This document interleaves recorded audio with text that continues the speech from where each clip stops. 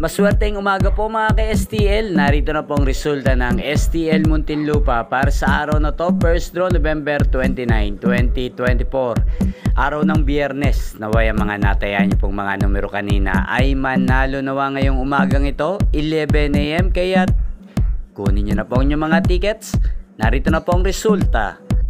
Ang mga numerong nanalo sa STL Muntinlupa ngayong umagang ito, 11 AM, November 29, 2024, first draw result, 23 at 28 in exact order.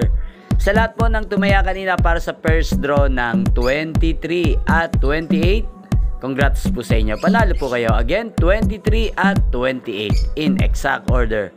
At shoutout po natin ngayong umagang ito sa STL Muntinlupa si Kuya Ponching. Kuya Ponching ng Muntinlupa, shoutout po sa iyo, naway nasa mabuti ka pong kalagayan.